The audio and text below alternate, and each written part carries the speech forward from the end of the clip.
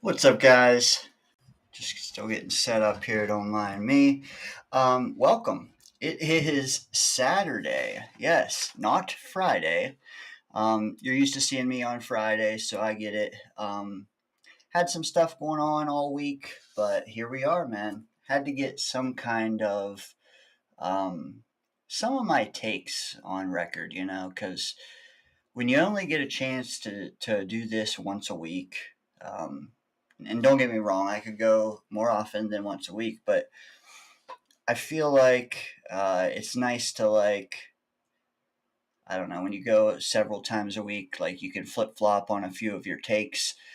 I like the weekly format, but the only problem is when, you miss an episode, you can't really wait a whole another week to go again, you know what I mean? So I had to get some kind of show in before we kicked off tomorrow, because it's, like I said, a lot can happen over the course of a week. A lot has happened since the last time I spoke to you guys. I went and saw a game. I think you guys know that, obviously. I went to the Steeler game last week. I got some photos from that I'd like to show you guys. Also, we had some transactions happen this week. Just a lot to talk about. It's October in the NFL. Of course, there's a lot to talk about, but especially a lot going on with this team right now. So let's get into it, right? So as you guys filter in, we'll go through the chat. Welcome, you guys. Like I said, if you're here already, welcome. More will probably be in after midnight Mike's show, and that's cool. Probably open up the call-in line here in, 20 or 30 minutes to hear what you guys have to say. But until then, let's check out the intro, and then I can vent a little bit, right? All right. I love the show. I love you guys. Fucking, let's go Jets! Jets, Jets!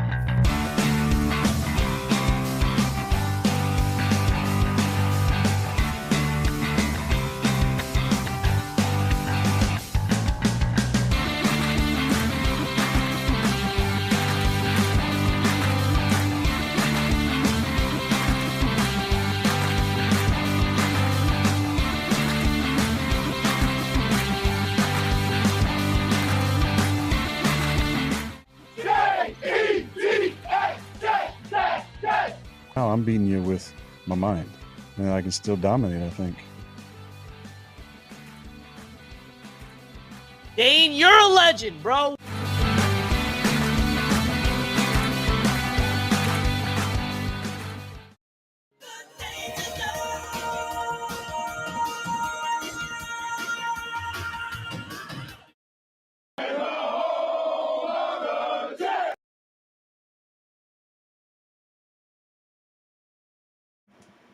Test. All right. Here we go. Right? Like I said, not our traditional Friday night, right? Let me get things going here.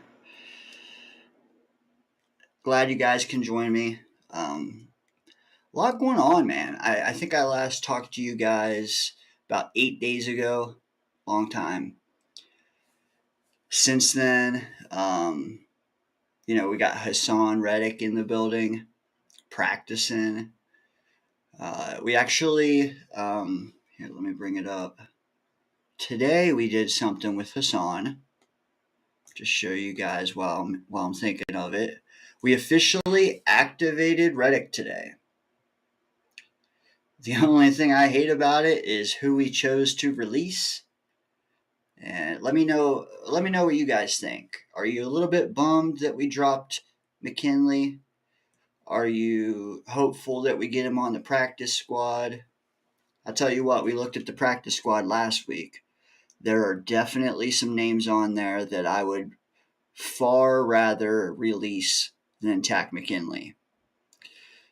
But then again, we do things like let guys go so they can find a better opportunity rather than, for their sake rather than for our sake, keeping them and stashing them. So, cough, cough, Austin Siebert, who wouldn't like him right now more than Zach Kuntz? So, yeah. What do you guys think? Should we be trying to stash McKinley if he clears waivers, obviously? But yeah, he was the guy that got the axe. Kind of bummed about that because, dude, there are few guys I could name on our active roster that I would rather see. Speaking of that, too, while I'm thinking of it, Reddick is getting incorporated, right? He plays almost all the time against the other team's right tackle. Who do we have there? 80% of the time we have Will McDonald there. So that's two guys for one spot. Neither one plays against the left tackle. What do you guys think we'll do about that? Are we going to... one of them has to work in on the right side, go against the left tackle. We can't have Clemens over there nonstop while the other guys are splitting duty. So, yeah, that's something I want to talk about tonight. If you call in, let me know what you think we ought to do about the formation of our D-line now that we have 3 defensive ends to use. But, yeah, I'm curious what the Jets do, actually. Hopefully get creative somehow, right?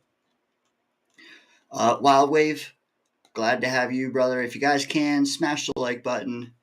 Like I said, Midnight Mike is on, but once he wraps up, it would be nice to be out in the algorithm already, waiting to attract other viewers.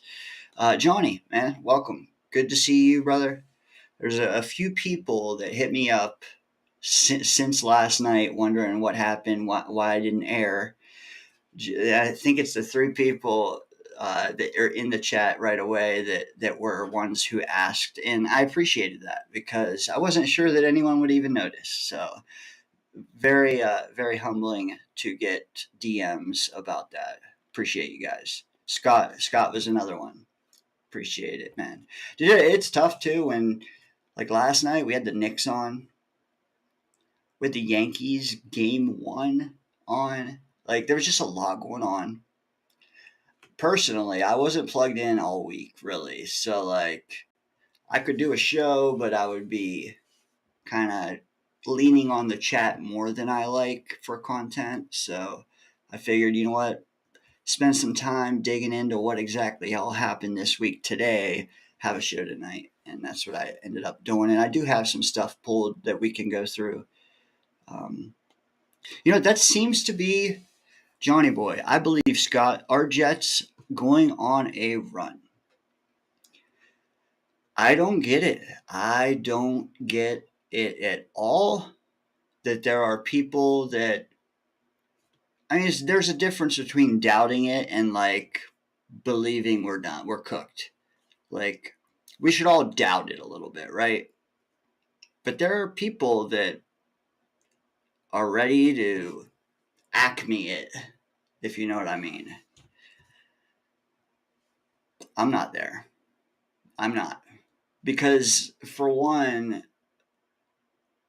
going into this, I knew that this team would be better, only get better as the year went on.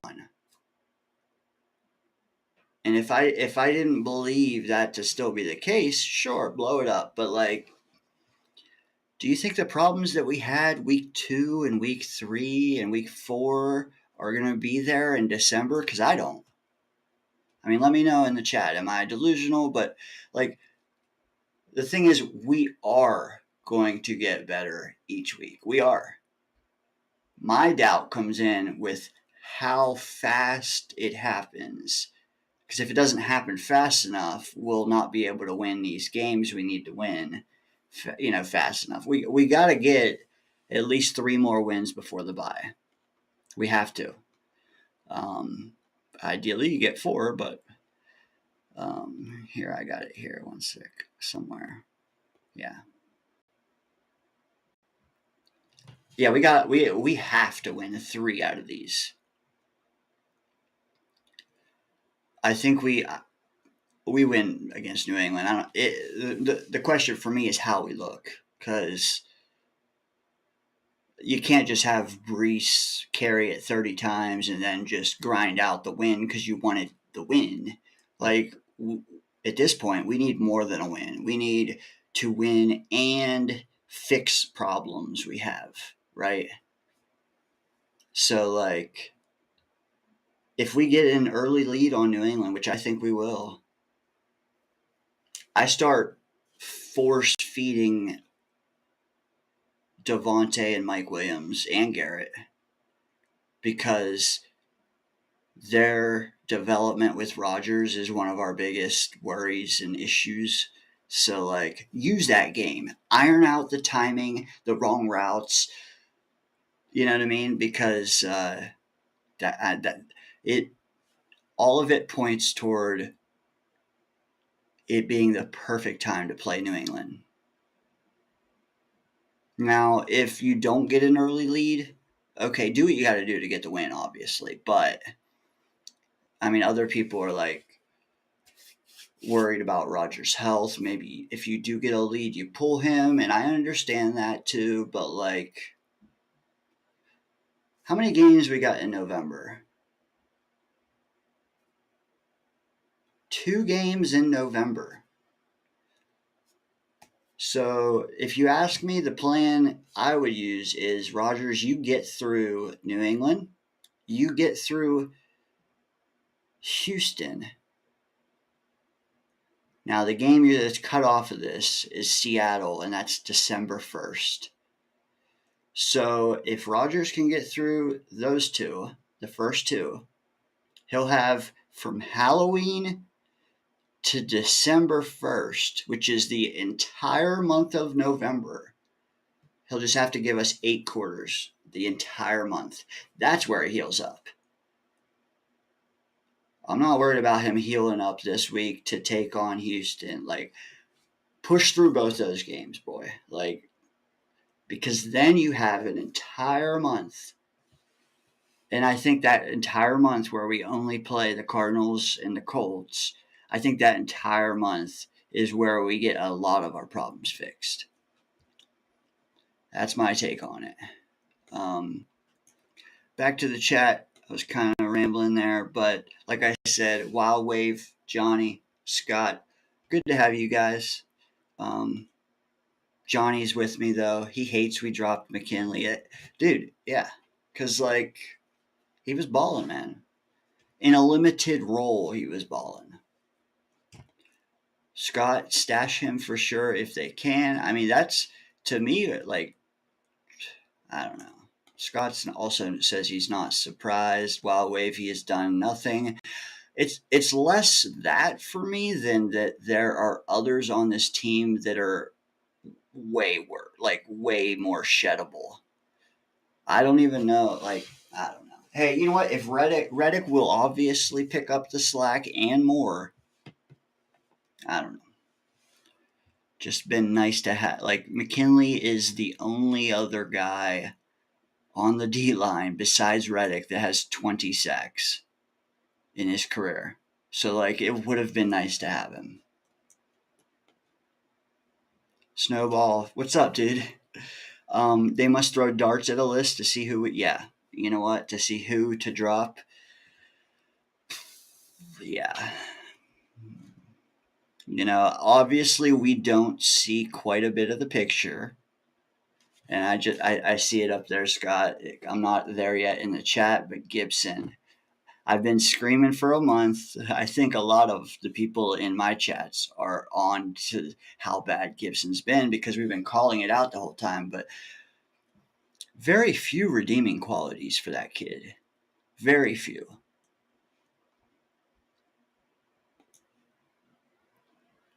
Scott is speaking about the move. Who's going to be our pass rushing right end?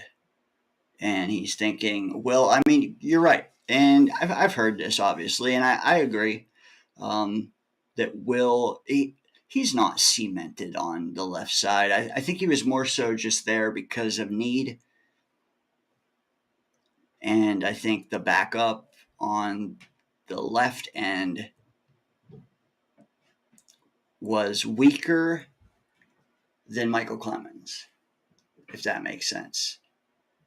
If the backup left end behind Will McDonald was a better player than Michael Clemens, then you would have seen Will McDonald on the right and Clemens on the bench. But, you know, whatever you got to do to get your best four out there, I think that's mainly what we did. So, what I also, though, like, if Will McDonald is less effective on the right, then I would toy with him splitting time on the right with Reddick. Move him around, man. Like, be a amoeba kind of thing. Like, be able to morph and change your looks and all that jazz.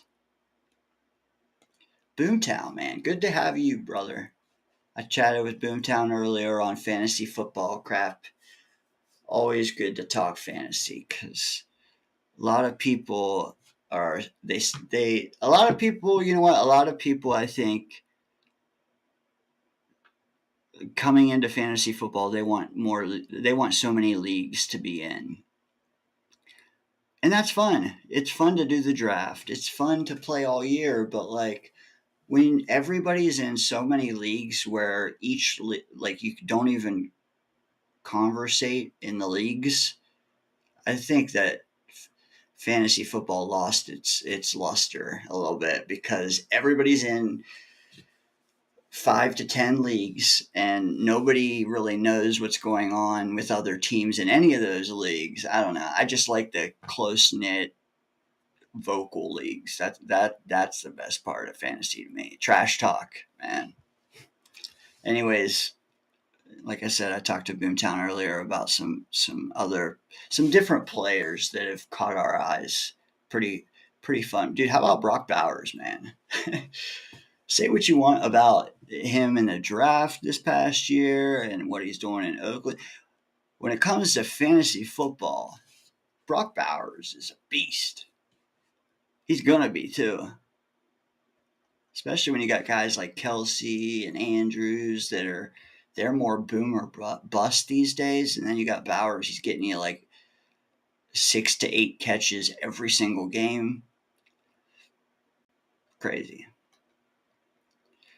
Anyways, I might catch up a little. Oh, Murphy, what's up, dude? I see you in here. Mountaineers must be playing. I watched Oregon earlier for like quarter and a half. I had to tune out though, man. It was just terrible. They were up like 35-3. Crazy. Snowball. You know what I will say? I don't know how many of you guys have seen it, but there's a video, and it's already been done a million times, where people clip it at the exact proper moments to make Rodgers look bad. So I get it. I'd like to see the whole video, but I'll just tell you what the clip is that I saw. But the camera was over on Xavier Newman, his injury, and like the entire team circled around him. And then they went down the bench, and it was just Rodgers standing there, like kicking grass, just chilling by himself. Bad look. Not as bad though as Boogergate. Has anybody seen that video?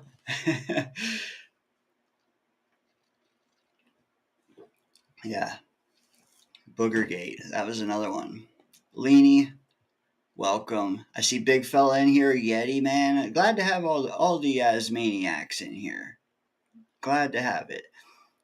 I am kind of rambling, so while I am rambling, I just want to throw up a couple of things I pulled earlier. This is our fit for the week. What do you guys think of what I hear affectionately referred to as the pickle pants or the Peter Griffins? That one's pretty funny if you ask me, the Peter Griffins.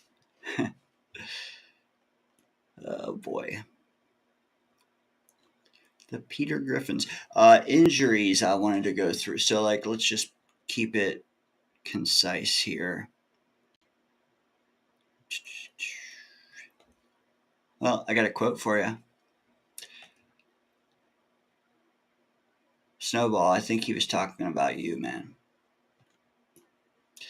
But in the meantime, I know this is small. You can screenshot it and zoom in, or you can just full screen and look at it. But basically what this is our injury report for tomorrow's game. Got a little bit of lag. Let me fix something here while you look at that.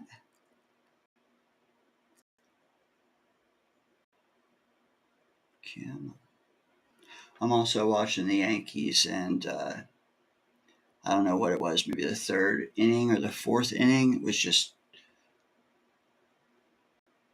don't get me started on that though. I'm not a Yankees fan, but I'm a you guys fan. If the Mets were playing the Dodgers, or the Mets were playing, I would root for them. If the Yankees are playing, I'd root for them. But Judge, man, he's tough to watch right now.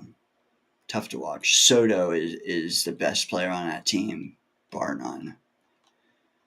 But yeah, these are the injuries, and info came out as well in addition to this list, or I might have updated it. Let's bring it up here.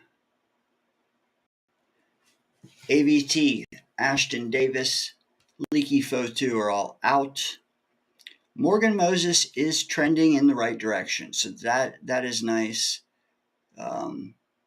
This has been since yesterday, so if you guys have an update on Morgan Moses, let me know.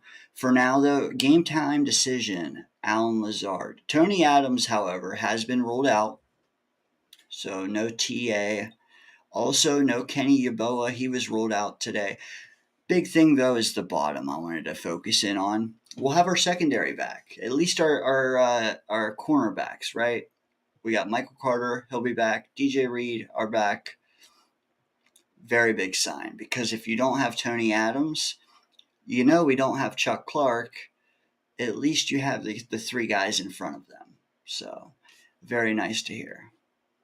I thought, though, I heard Morgan Moses was out and Hansen was in, but let me know, because, like I said, this was a tweet from yesterday afternoon, so.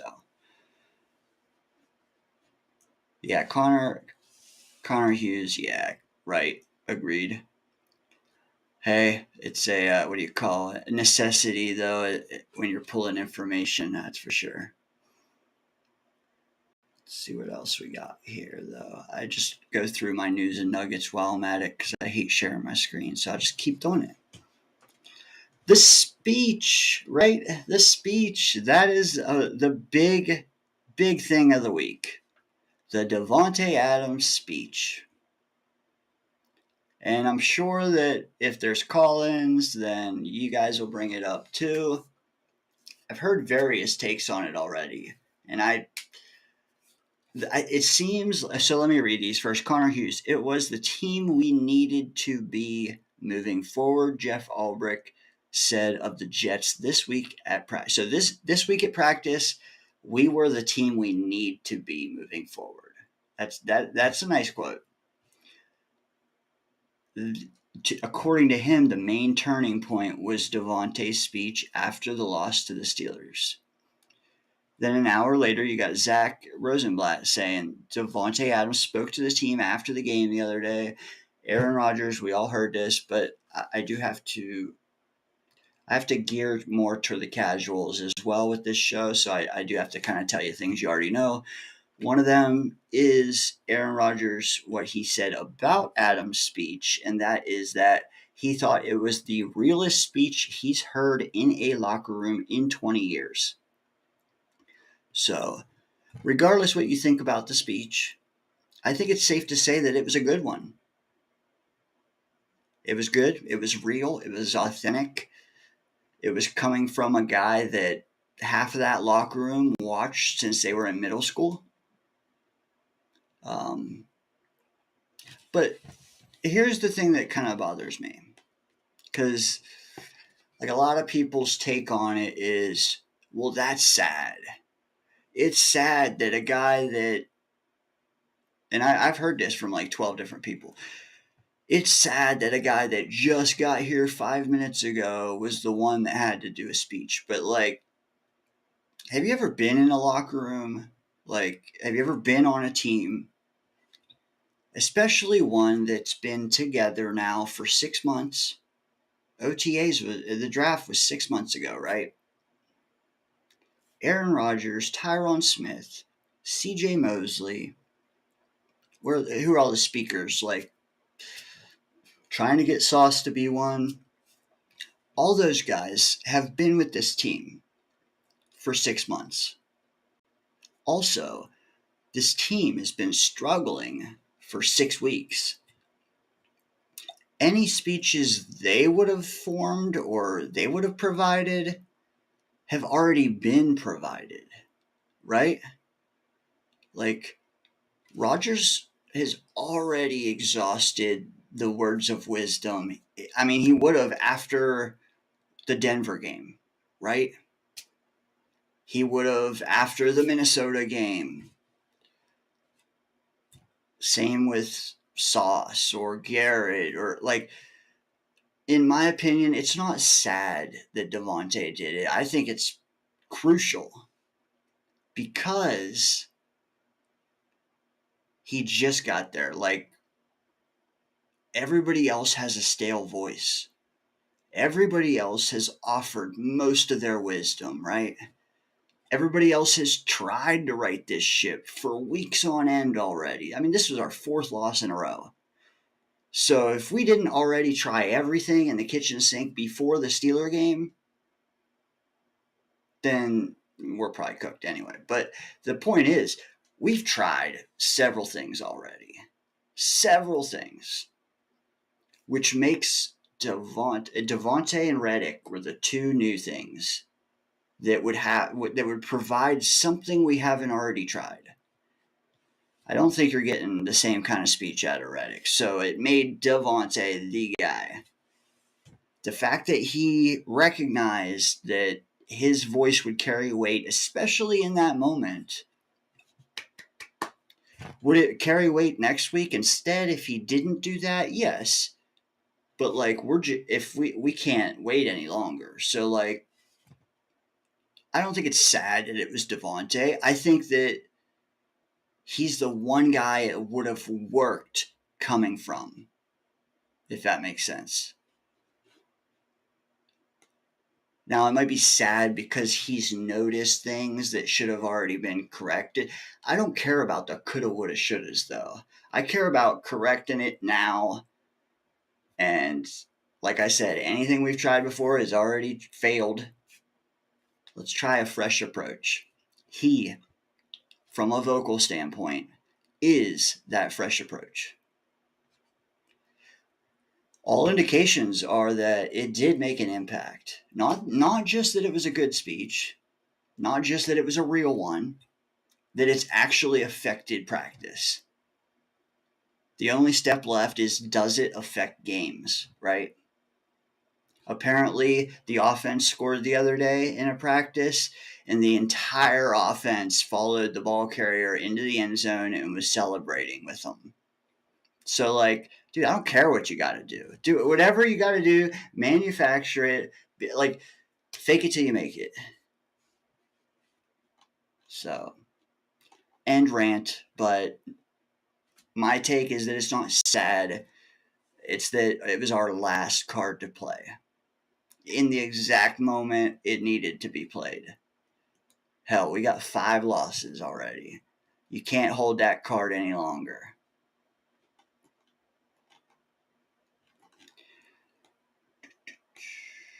What I am going to do, I'm going to show you some photos I have from last week. Like I said, that I went to the Steeler game.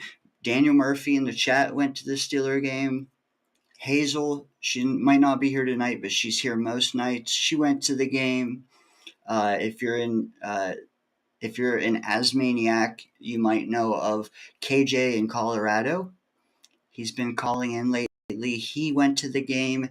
If you know Pittsburgh Mike, he was also at the game. KJ in Colorado's dad, I have a photo. He's in our group. Daniel had a buddy there as well. I don't think I captured him in many photos, but there was a good crew of us. And we had fun, a lot of fun up until kickoff. So, anyways, I have a little 10 photo slide I'll show you. In the meantime, though, I am going to drop the call-in link. See what you guys think, because like we'll get into the specific matchup tomorrow with Jets at New England. Like I have a couple stats and stuff to throw up, but we can cut right to the chase and just get your take on the game if you'd like. And if you do, there is the call-in link. But without further ado, just like I said, a couple photos I have.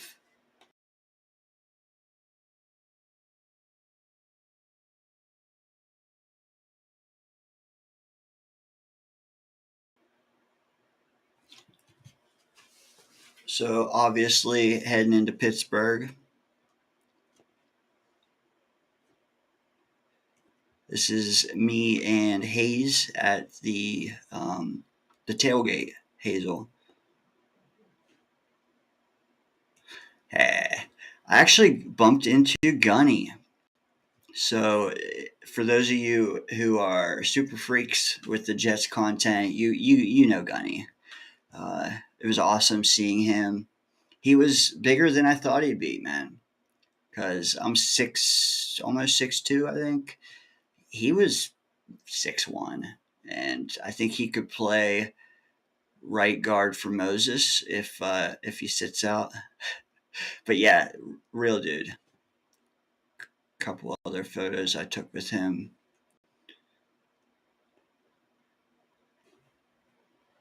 This is our whole group, minus Daniel's Steeler fan buddy. We kicked him to the side for this is a Jets photo. But yeah, 28 there is KJ in Colorado. If you recognize him from the Gus Buster hotline, and then his dad behind him, and then there's Pittsburgh Mike next to me, the Aaron Rodgers impersonator there.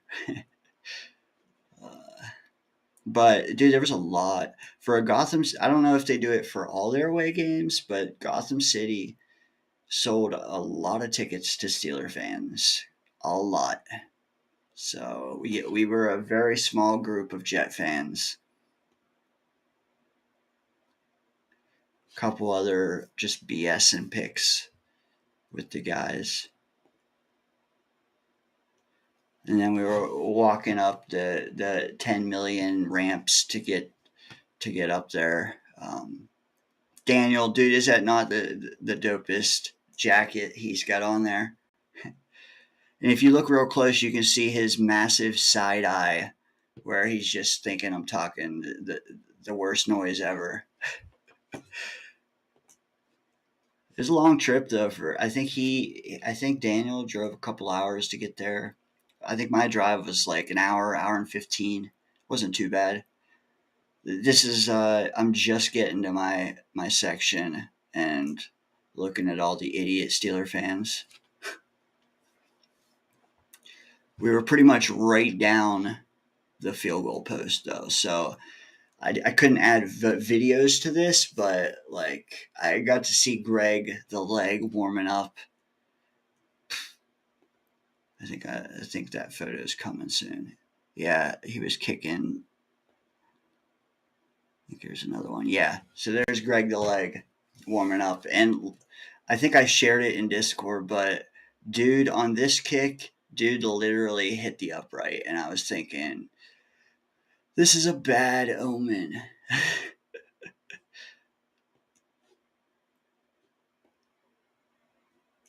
Yeah, man, I love that hockey jersey they came out with. That thing's dope. Thanks, Leany. So okay, so this I want to include because it's Devontae, and the first time I got to see him in his uniform, they were that's all the receivers, obviously, but just a couple more picks. The defense huddled up. That was cool to see. Got to see Aaron Rodgers a little bit warming up. Nothing too crazy though, as far as warm ups go. One thing I'll say is there's opening kickoff. Pittsburgh does it right though. Like I swear they have like a DJ hype man on the mic the entire game. When their defense forces you to get to like third down, they scream, "It's a Pittsburgh Steelers third down," and the whole crowd says third down. Like that place gets amped every third down. And then on offense, like they do the same thing. Pittsburgh Steelers first down, and everybody yells it. Like that place was thunderous. And the fact that like this game happened the same week we were squabbling over Fireman Ed and shit, like was just it was stark to see the two differences. And then I think Ed on the other day on Asman talking about this was home field advantage. I'm backing him up, man. This was home field advantage. And bro, like we got to celebrate that small window when we were up, I think 15-6. And I did talk some shit, but when Rodgers threw that pick, man, we just got railroaded the entire rest of the way. Entire rest of the way, man. It was a very short-lived celebration. Boom. Game over, man. 30 and to see like literally that 8-point play or whatever was the last sign. I've been there twice. Once I don't even really count because it was 2017 and it was with my work and it was like a business. We took clients there, so like it sucked for one. But also second half we did nothing. We got shut down. There was like we had 3 first downs, I think, the whole game. So to have a similar game, I mean, at least we got a little bit this game, but like same result of second half, we did literally nothing. It definitely soured me about going to Pittsburgh anymore. But it was a good time, man. And we took our lumps, but I did include one more photo because my night wasn't over just by getting beat by what 20 some. Flat tire on the way home. Not from the parking lot. It was from an animal, but like, yeah, driving home 1 a.m, flat tire. So yeah, good times. Oh yeah, Daniel was sitting next to me, and we had the drunkest people ever in front of me and Hazel. But like a few down was a girl with them, and the Steelers scored, and the lady, I think she got on her chair, but she might have she got really close to, she turned around and got really close to Daniel, and she spelled out Steelers in his face. Dude, why force that ball before halftime, man? That just a bad. Dude, we had him. We had him. Dude, at that point, right before that play, the entire Steeler fans in our section were cursing Tomlin and Russ Wilson to infinity and back. They were. Literally, that one play changed everything. Rough. And Daniel's with me, man. They tailor it to, it's a good fan experience for Pittsburgh for sure. Let me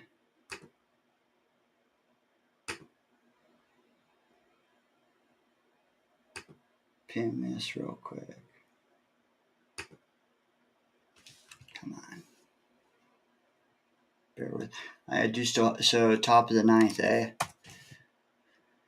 At least Soto's up.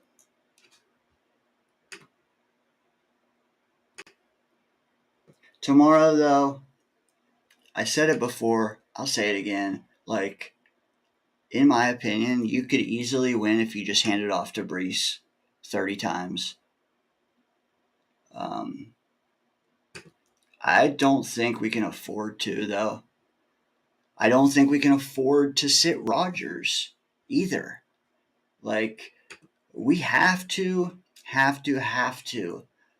work on the sync between Rodgers and Garrett, which is still a work in progress. Rodgers and Devontae, still a work in progress. And definitely Mike Williams. Thing I have here was from week 7.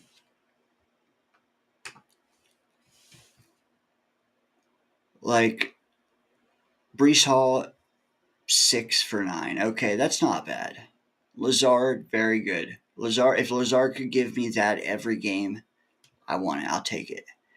Those top 2 are not great.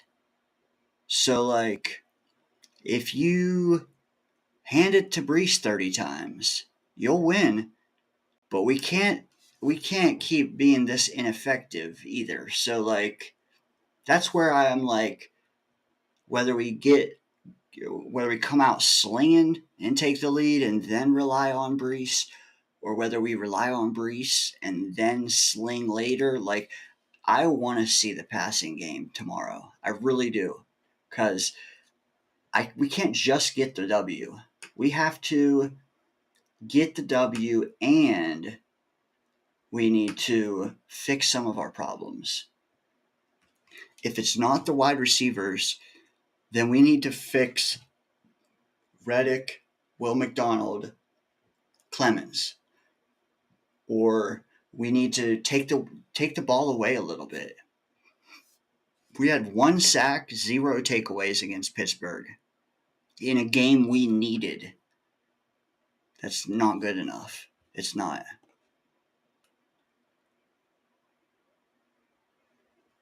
Drake May has been passing very well. Very well. I'm sure you've seen his stats on his 2-start stats, whatever. This was him last week. Very good. Hunter Henry is one to watch. don't assume that because we slaughtered them week 3 that it's the same, because if you ask me, Brissett looked the worse than anyone on their team week 3. They don't have Brissett tomorrow. So, like, I don't know. Come ready to play. It's 1 o'clock. You're not even, most of America isn't even watching you. They're watching Philly at Cincinnati. So you're playing literally to just Maine from New York. That's all that's watching you. You can just chill, go do your job. But also, it's a divisional game. We can go up 2-1 in the East. We can sweep New England, which I think we haven't done since Y2K. Let's go, man. Let's go. Another thing about New England I had here.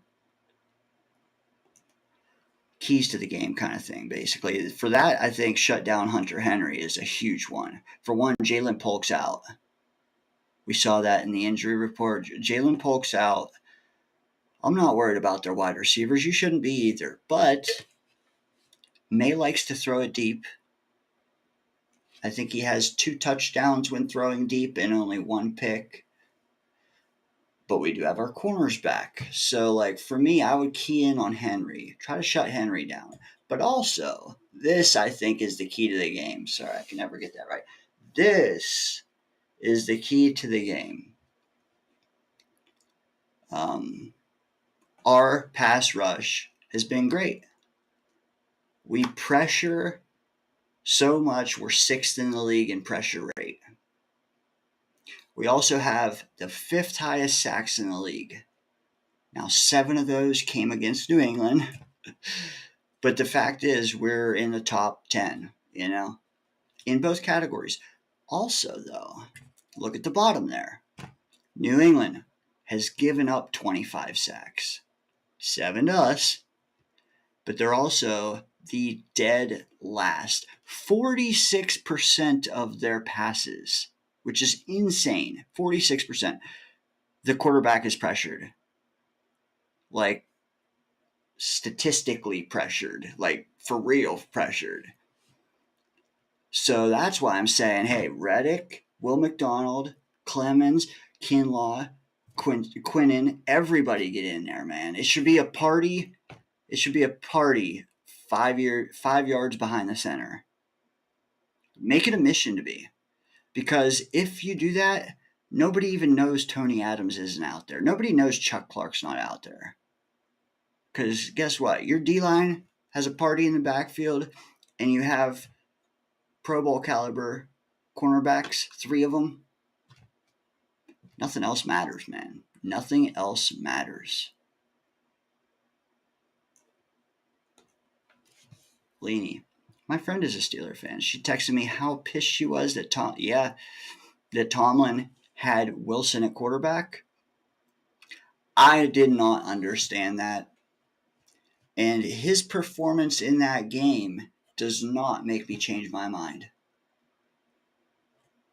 Because I'm not impressed by another team beating us until I think we play more like we're capable of. Right now, at least in September and early October, anyone could have beat us. Alabama could have beat us. So I think Justin Fields could have beat us. They may not have even struggled as early on. They wouldn't have. Fact is, they wouldn't have. Russell Wilson was terrible in the beginning of that game. The first quarter and a half, he was god-awful. And I'm pretty sure me and Daniel looked at each other like, man, leave him in. Like, we knew, or like, the entire building, and including us, were expecting them to go to Fields and get Russ out of the game. We were hoping they didn't. And yeah, that blew up in our face, but they stuck with him, man. The thing we got to figure out, though, too, is like our deep coverage is good, but like I heard Bart talking about this today. Bad quarterbacks are throwing deep on us just because if they throw it short, they're drawing a pass interference so easily. Because the receiver's coming back to the ball. Long story short, our DBs are face guarding too much. And it makes it so that, like, the perfect pass isn't going to beat our cornerbacks. A terrible pass is beating our cornerbacks via penalty.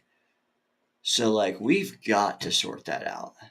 Otherwise, you're just going to have the Drake Mays, the Will Levises, just chucking bullshit down there when their receiver isn't even open. That can't last.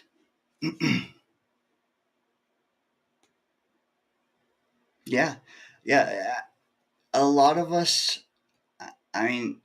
like to complain about the offensive players, but like, how few takeaways?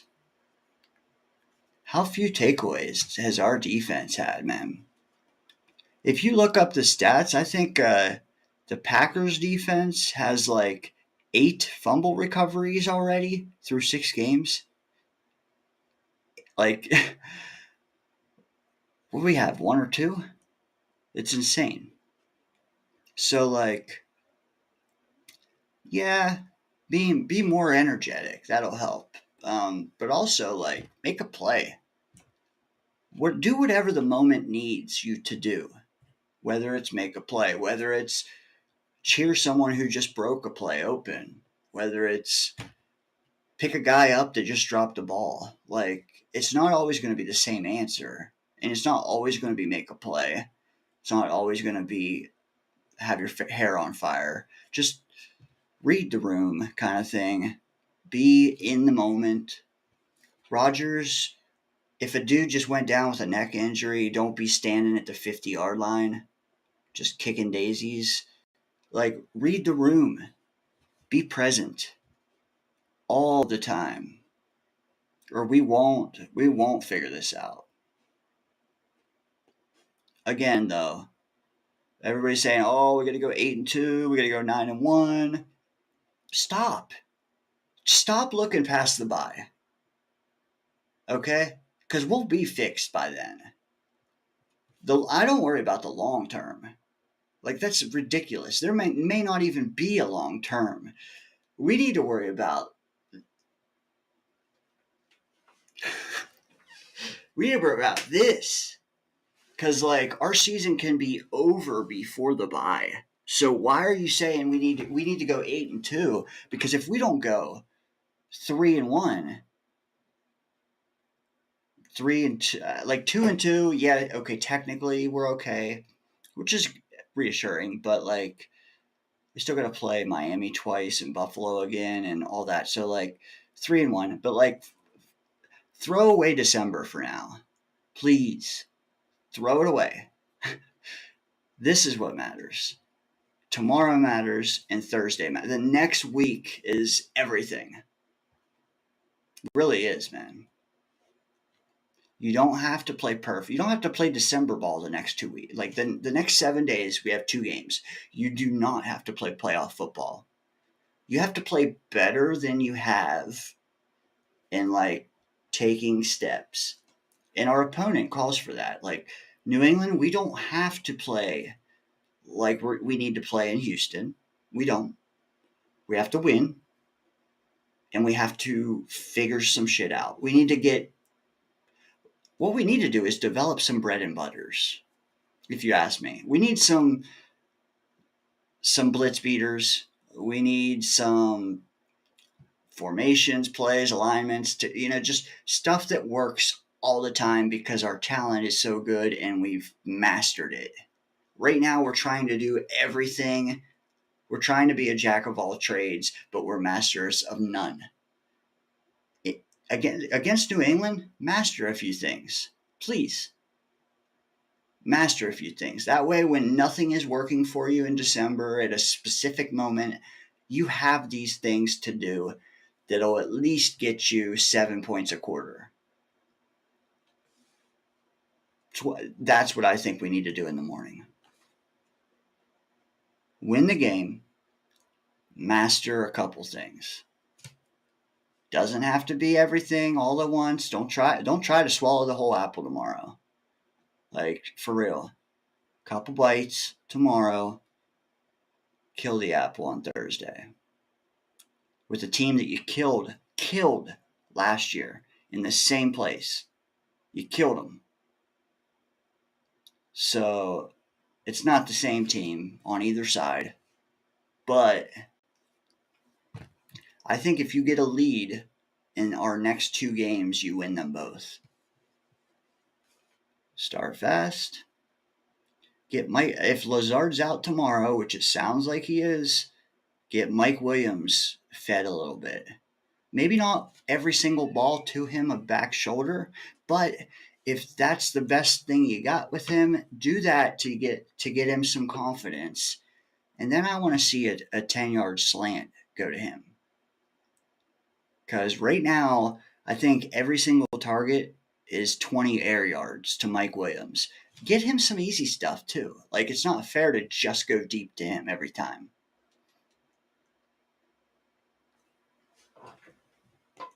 Cherish the little things, baby. Facts. This is what I want to do to New England.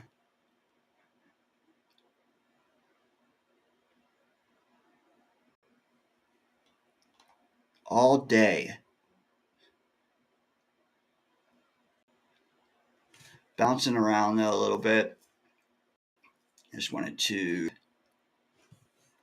I see you guys are watching your college football. Oh shit. I wasn't watching, but it looks like the Yankees have the bases loaded and they're down 2 right now with 1 out. How did we get here? I don't know. But we got a game. 2 outs. Damn it. I'm probably a little behind you guys, but there's that's a moment though. I won't spoil it for people that may or may not be ahead or behind me, but at least it became a game. Scott, you cherish those uniforms. Are you talking about the pick pants?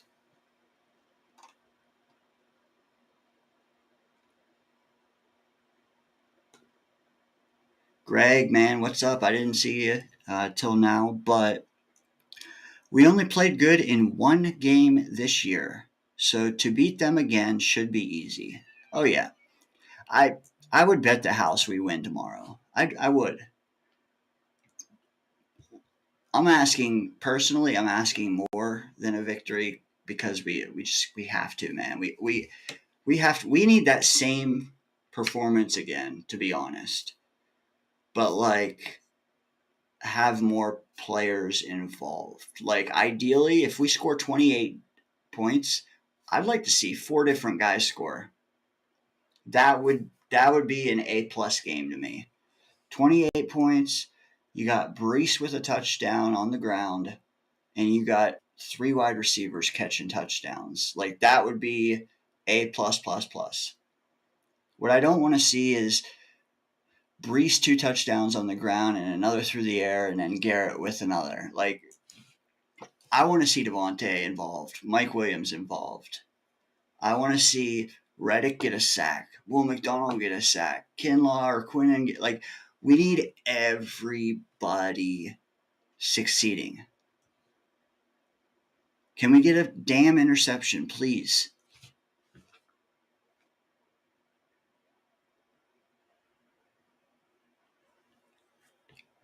Hey, call-in line's open, though, if you guys got a different take. Make sure it's still pinned here. I know there's a lot of games that are still finishing up, though, so I get it. Can't promise I'll be... it's looking like I'll probably be here till midnight. Who's up to bat, though? I'm trying to figure that out. Because the bases are loaded. Dude, game one ended on a grand slam. How about game two ending the same way? Well, so to speak.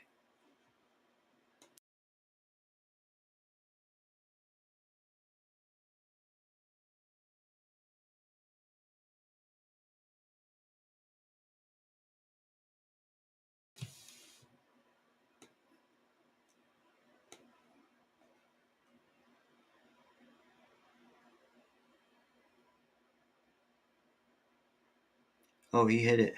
He hit it. He flied out. It's always a good sign when the center fielder is backing up or like running backwards when they hit it. It's like, oh yeah, it's over his head. But then he just stopped. He only ran like 2 yards backward. 2-0 Dodgers on the series. Not good, man. Yankees or the Knicks won in a convincing fashion last night against the Pacers. That was a nice win. They had 4 players score 20 plus points. Awesome. On screen, though, a little note about Will McDonald, who has been killing it. That's Daniel's guy, Buffalo Jet fans guy, a couple others guy, but definitely Daniel's guy. He was able to see this in person, but he generated 7 pressures against Russ on 26 pass rushes. These colors on the field here are each individual rush he did. You can see some spin moves in there for sure. But literally 27% of his snaps he was in on the quarterback for. Very good sign. He's killing it, man. He has 8 sacks on the year, I believe. 8 or 8.5. Pretty sure he's at 8, and I think he's first in the league. So pretty cool stuff. Meanwhile, New England last week, they played the Jags. Let me remind you, New England's coming back from London. Another team that went overseas and they didn't want their bye afterwards. So pretty cool. They flew back from London and they're playing us. But while they were in London, Trevor Lawrence threw it 20 times. He was hit 0 times and he was sacked 0 times. But also, they pressure their bottom 5 team in the league, pressure in the quarterback. So, like, this again lines up with me to say Rodgers is going to have time. Don't just hand it off. Like, let's get the passing game going. And I'm not saying it like for any other reason to like I want to put to bed the notion that like we have a wide receiver and they may run the wrong route. They may not be where they're supposed to be. Like, can we squash that this game? Please.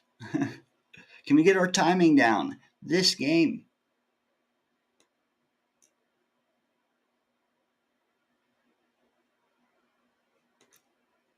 This Jerry, exactly, man. I'm baffled and perplexed that A-Rod and our receivers aren't on the same. I mean, I am and I'm not. Because, like, we should remember, though, like, when Aaron was in Green Bay at the end there, they had a lot of young receivers. And, like, I just remember him being pissed at them, and there were a lot of chirping back and forth between Watson and Rodgers. And this was, like, in December. And those are young receivers. Like, it is a thing until it's not a thing, is what I'm trying to say.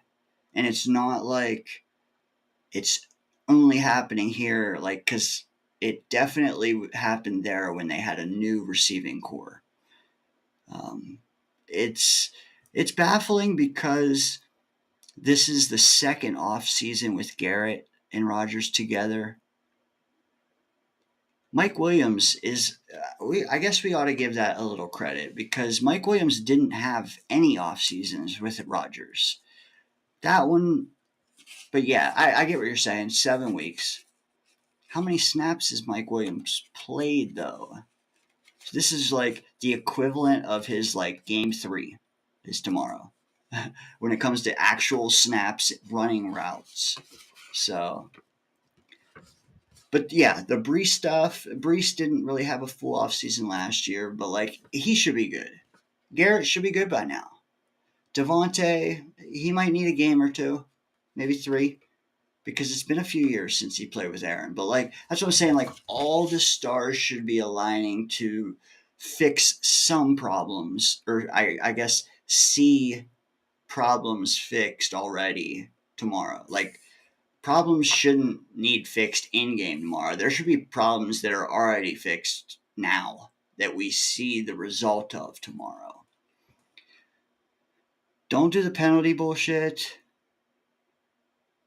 Everything is lined up to we're gonna have a hell of a game tomorrow. We are. It's just how much stock do you want to put in it? I'm saying the amount of stock that I put in it will be directly impacted by how many of these nagging problems we have don't show up tomorrow. That's all I'm saying. It's not just do we win by 20 or don't we?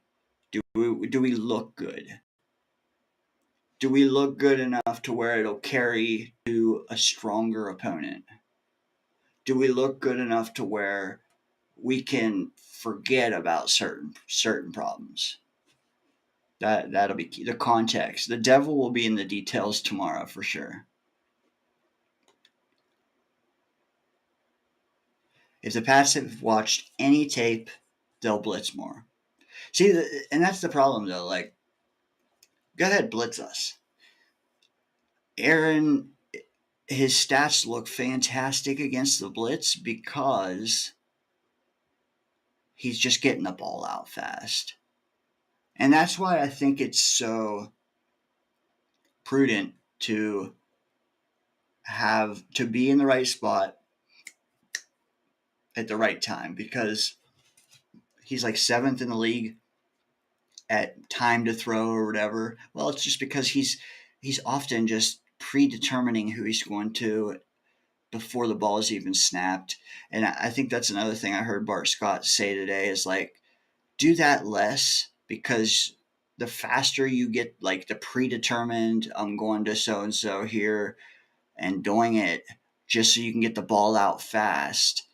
That's great and all, but like, how's a guy like Mike Williams ever supposed to get open down the field if you're doing that?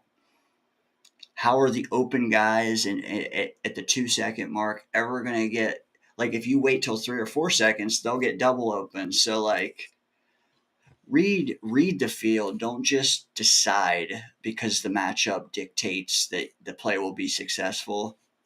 Like, how about you just read the field? But I do think Bart was onto something with the predetermined, because like there's times we'll pass it deep, a good matchup, but then you look at the play all 22 and like the guy underneath was wide open, or the guy or we did check it down to Brees and then Garrett's like open 30 yards downfield. That leads you to think that there's no way he just saw Garrett and didn't throw it. It's more so he already decided what he was going to do. So when people say Rodgers needs to get better, the only way I agree with that is not his ability or his arm at all. It's more so the taking what's coming to you rather than forcing what you want, what you think is the proper thing to do. Like, I think he even said before, like, passing is all percentages. Oh, if you throw this route against this coverage with this guy against that guy, it's a high percentage. Maybe we need to do less of that nonsense and just read the field, dude. This team is talented. You don't need to play the percentage. This isn't 2022 Green Bay where you have to get cute with the probabilities. You got 3 Pro Bowl caliber receivers and you have an all pro caliber running back. How about you just do a 5-step drop and you look around because there's guys going to be open. There is. I don't know. Everybody's got a suggestion. I don't care what the fix is. Just do something different. Yeah. Anyways, Yeboah was ruled out. I do hate that. He's going to be coming back, but we could use him, man. Ruckert's been struggling. Everybody under Ruckert's been struggling. Yeboah would be he doesn't have a high ceiling, but I do think he has a high floor. We talked about the Pats and how they're having to come from London to play this game. I don't think that can be understated, man. Like that's an element.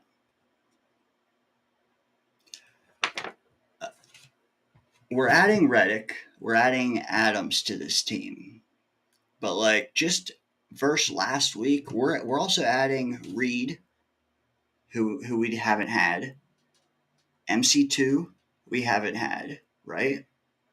We're adding Mosley because Mosley played last week. He played what, like 9 snaps. So those 3 plus Reddick and Adams, that's 5 guys that can really improve the way this team has looked. So keep that in mind. Daniel, what's up, dude? I see the Jets splitting the next 2 games. If that happens, I won't be saying we're cooked. It could very well. It may happen. I would need to see the 2 after that. Because like I said, there's 4 games before the bye. In my opinion, we have to win 3 out of 4. Because then that sets you up for a real big run at the end.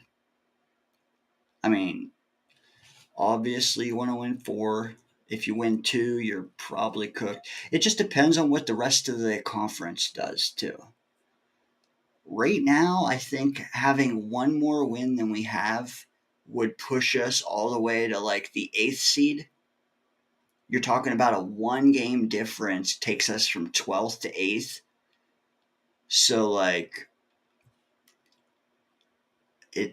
we could make up ground quick is all I'm saying. You win 3 out of 4, you're probably sitting at 7. That's just the way things have been. So it is what it is. But yeah, Dodgers won the first 2. Yanks too little too late in both games. They were reactive in both those games. They need to have a game where they take the lead right away and they pressure the Dodgers to do something.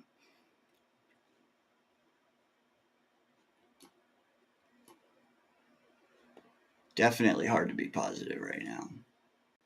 Definitely is, because we have not been given what? We have been given 4 or 5, maybe 6. Well, by this point, so we've played 7 games. That's 28 quarters. We've probably played 8 good quarters and 20 bad. So, yeah. Tough. Definitely tough. Guys, the call-in line is open. If anybody wants to chop it up, like I said, I'll probably be here another half hour or so.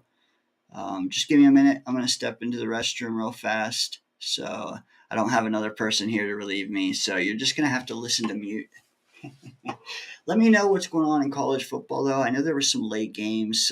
I think the Aggies and Sooners, and I don't know. They were all on. Curious what happened with those games. So let me know.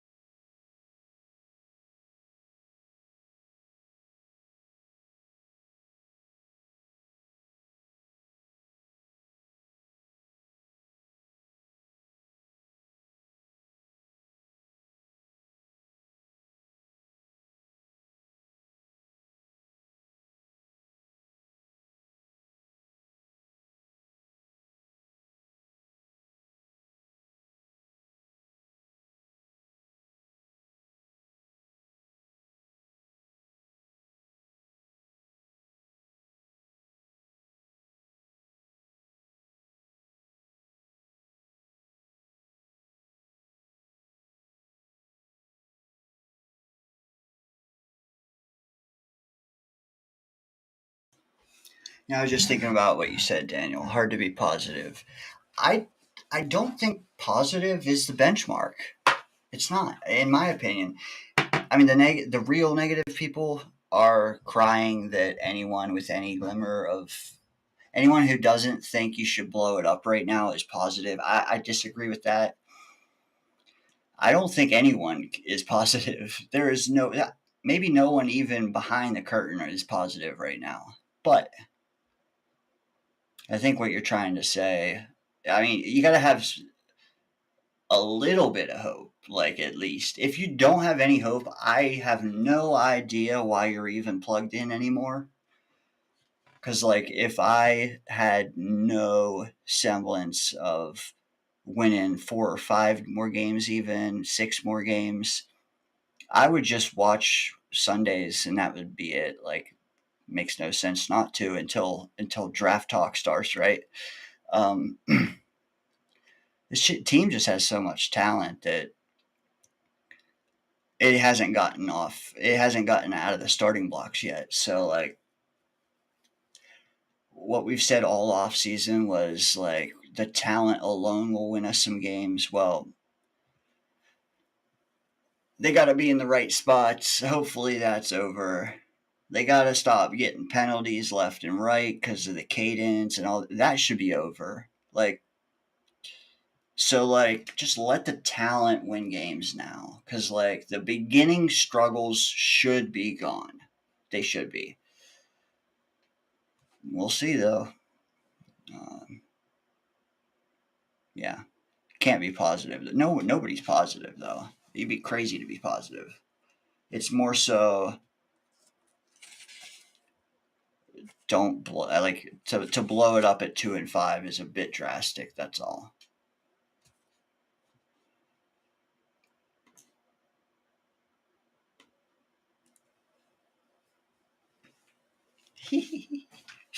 I need to. I could show you clips from like 6 months ago and stuff, but I figure you're all multitasking right now anyway. You're all watching a game or uh, just chatting in the chat anyhow. My monologue is not keeping you here. I realize that. So I figured I could take a minute break and you guys would be fine. Self sufficient chat we have around here. I was trying to see what other slides I got here that I haven't already burned through. Got that one out the way. So we talked about that here. Okay, here's an interesting one. These were the snap counts our receiving core had against Pittsburgh.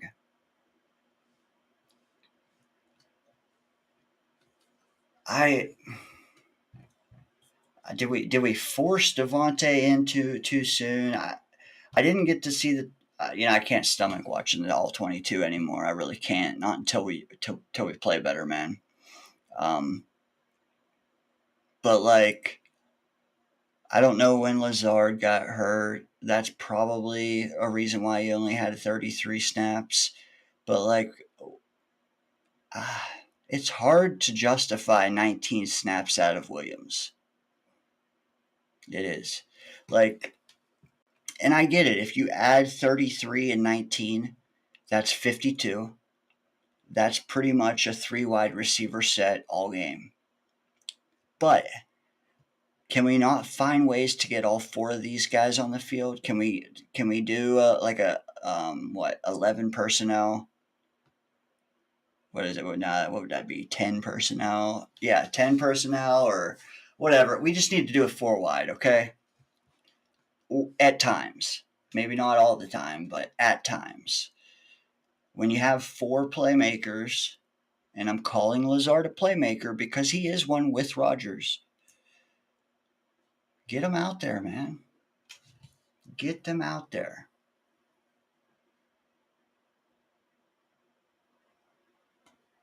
That is the rub right there, Snowball.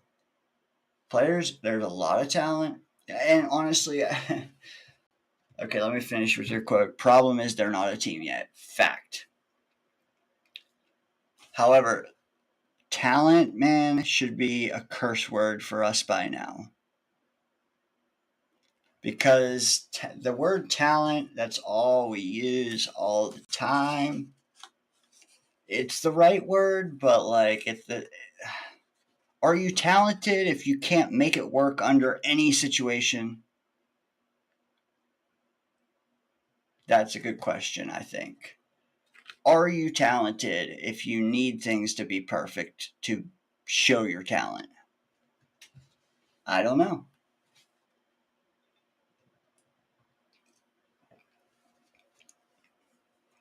But let's put it this way. We have, well, what's another curse word? On paper. We have guys that have been productive in the past. We have a plethora of those guys. Can we put them in positions to succeed when we need them to? That is the question. But yeah, Garrett, loved that Garrett got all those snaps. Devontae, I think that's a great snap count for Devontae in November and December. I don't know if it was a great one for the Pittsburgh game. I don't know.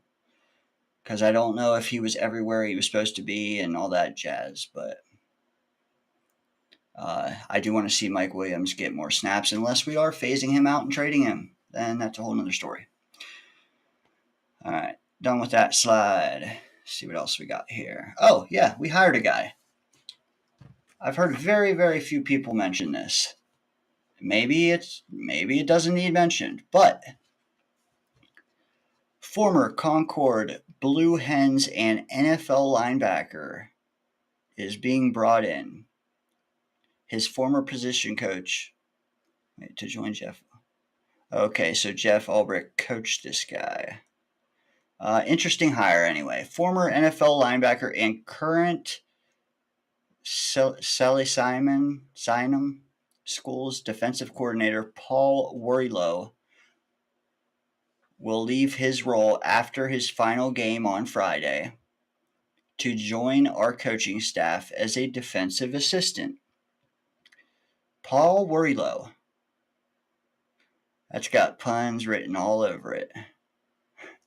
But hey, if you ask me what this is this is a second set of eyes, right? A fresh set of eyes. One that has worked under or around Ulbrich in the past. So this is what should happen, right? When Sala leaves, Ulbrich gets promoted. He can tweak things like this. Well, guess what? He did. And I also wasn't plugged in all week, but I don't think I saw this mentioned anywhere but Twitter. So just a heads up, you might see a new guy on the sideline. Salisinum. Anyways, you know why I know we're gonna play better tomorrow? Because Garrett Wilson is growing a beard.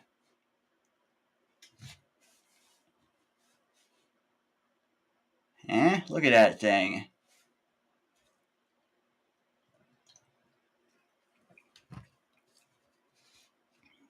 Hey, man, it's better than just the solo mustache, right? A couple other things I want to burn through because, like I said, I'll be winding down here shortly. DJ Reed, we've missed him a few games. I think he missed week 2.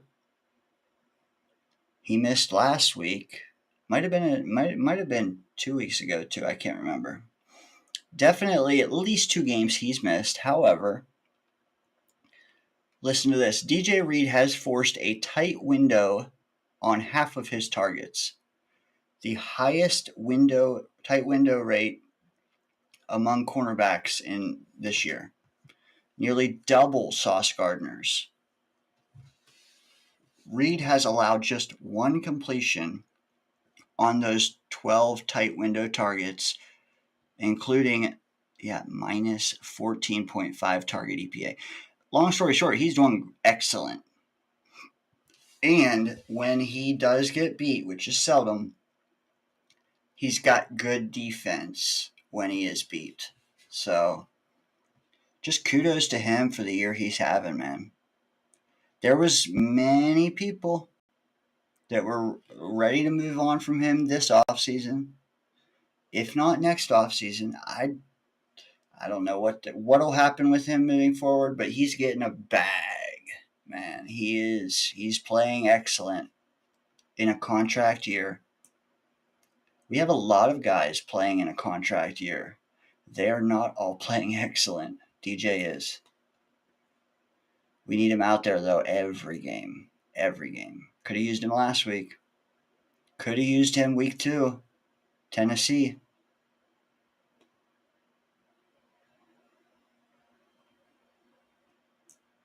Let's see. We talked about the speech.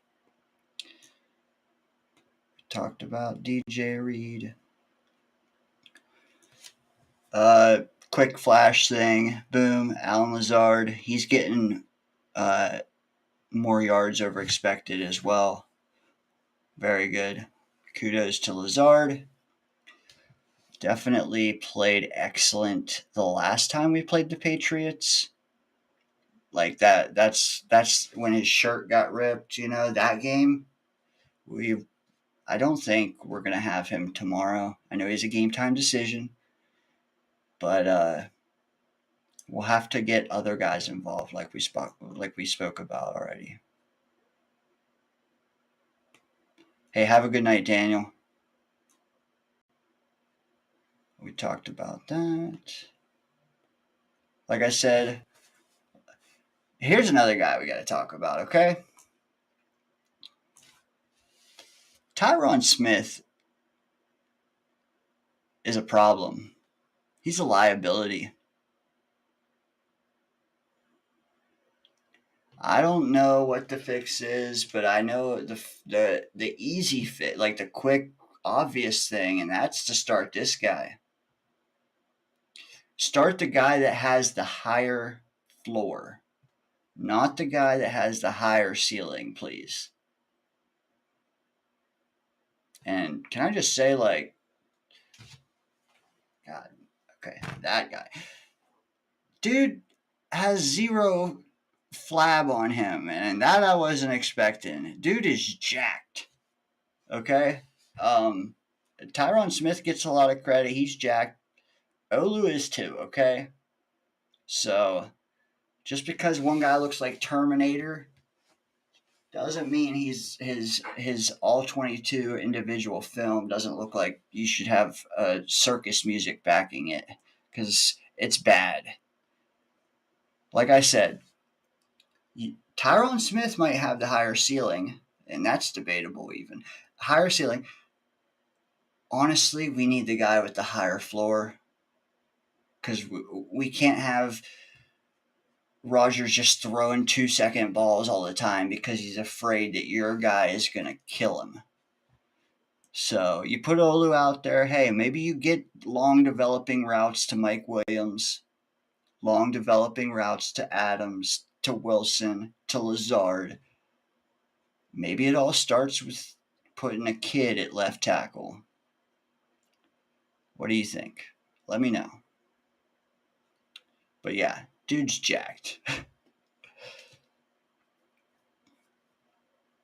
One thing I wanted to mention is differences between the Sala Jets and the Albrecht Jets. We are blitzing more. I know a lot of people are still complaining we're not blitzing enough.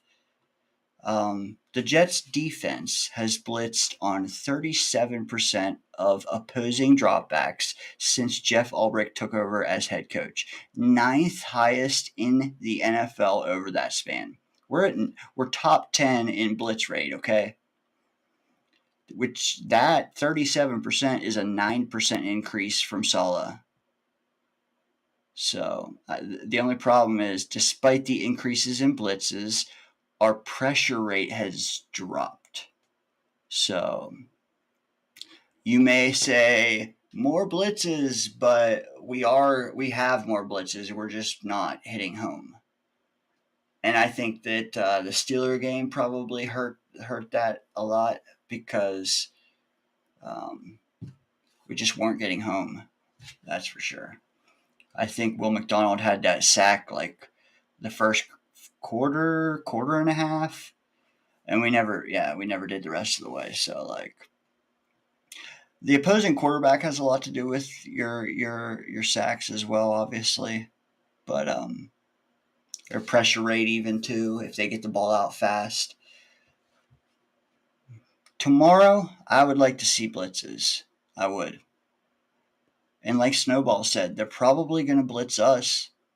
So, does Rodgers does he do better against their blitzes than Drake May does against ours? The answer better be yes. It better be.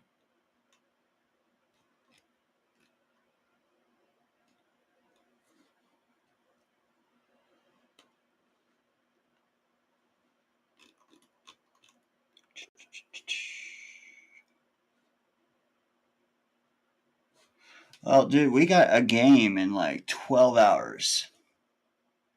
Still got 17 people on here on YouTube. Got a couple more over on Twitter. Like I said, the call-in line's open. It's probably not going to be for maybe a few more minutes because, again, we play in like 12 hours. So, like, you go to bed or you wake up, we'll be playing. And all this talking will be moot. But what I will say is, like, you definitely have the choice to give up, to have no hope. But, like, commit to that. Because, like, just hanging around the people that have a little hope and just squashing their little bit of hope is just pathetic. Like, if you're here, you have a little bit of hope. If you're, like, that's all I'm trying to get at. You can say you don't, but if you're plugged in on a Saturday night or on a Tuesday morning, if you're plugged in, you have a little bit of hope. Or at least you think in the back of your head. So, sure, say blow it up. Say we're gonna go 5-12 or whatever. I won't believe it because if you believed it, you would be out taking up, like, playing kids at the basketball court or whatever you guys do. I don't know. Do something, man. It would be insane to be plugged in 7 days a week when a team is basically tanking, right? Just check back during draft season. So, I don't know. There are people that believe more than me that, like, I just let them be. You know, we all have different levels of confidence. Like I said, I believe. I just don't know if we'll make the strides we need to fast enough. So, like, for me, 5 wins, 6 wins is off the table. 7 wins is off the table. If we don't fix it fast enough, I think we'll be 8 win. Like, I think our range is 8 to 10 or 11. We need to get to double digits, though, obviously. So it's more so just about, did the fix really start with his speech? Because then you can get to that 10 or 11. If it didn't, then we're going to go 500 these next 4 games. Then we're going to fix it during the bye. And we'll probably be, hell, if we go 2-2, we'll be 4-7. Yeah, we're probably going to be at the lower end of that range I talked about, 8 wins. So you win 2 out of your next 4, you're gonna finish 8-9 probably. It's just, hey, let's hope the information we're being fed is that speech hit home at the time. It also hit home the next day and the next day and the next day at practice and the next day at practice. It didn't just hit that, it wasn't short-lived. There was dividends all week. Seeing the dividends again tomorrow will go a long way, and and then we just got to keep stacking them. That's what I'm trying to say, is that the speech worked Sunday night. It worked Monday, Tuesday, all practice week. It's got to work in games now, one at a time. No point in looking at Halloween. No point in looking at the Cardinals or the Colts. One at a time. Just stack them. Too much happens in this week in this league in 2 weeks' time. So one at a time.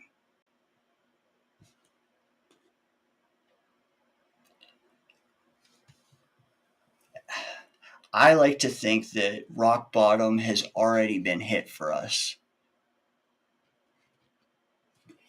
We'll see.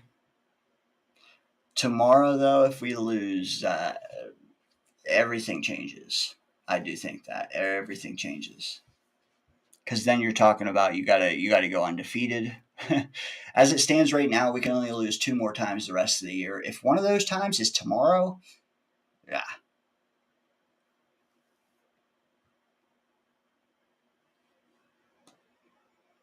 Yeah, I think that's a wrap for me, folks, guys. Daniel headed out. Hayes sounds like she's heading out. It's good chopping it up tonight. Wish some people would have called in, because it's nice to have someone else to bounce takes off of. But I think a lot of people already called in other places. They already talked about their take. Just vibes are down, right? Vibes are down. We have some stuff to be happy about, but like the stuff we're happy about, we're not even confident in. All that matters, though, is that the team is confident. Like I said, go into tomorrow, find some bread and butter formations and plays that you can use, blitz beaters. When you're down 10, plays you can use. When you're up 10, plays that you can use, and just exploit them. We need like to be good at a few things right now. We're trying to do too much. Let's get tunnel vision and master a few things. Go from there. Jay, glad you popped in. Guys, if everybody could hit the like button on your way out, I appreciate you. I've been rambling, Jay, for an hour and a half, so I'm gonna head out. But dude, like I said, we play in like 13 hours. Let's go win this game, and then we'll talk a whole lot more. Because if we lose, it changes what we're talking about. If we win, like we should, then I'll do another show before the Texans game. How about that? Because if we win, this was like a half of a Danger Zone Live. If we win tomorrow, I'll do a full episode. Try to get Murph on here, maybe Scott on here. We'll do a whole thing before the Texans. Because after that, we'll have 10 days off. And that would be too, yeah, that makes sense. Anyways, have a good night, guys. Hit the like button. And go Jets, dude. 1 p.m. start with only a quarter of the nation watching us. If we can't thrive in those scenarios, we got this, man.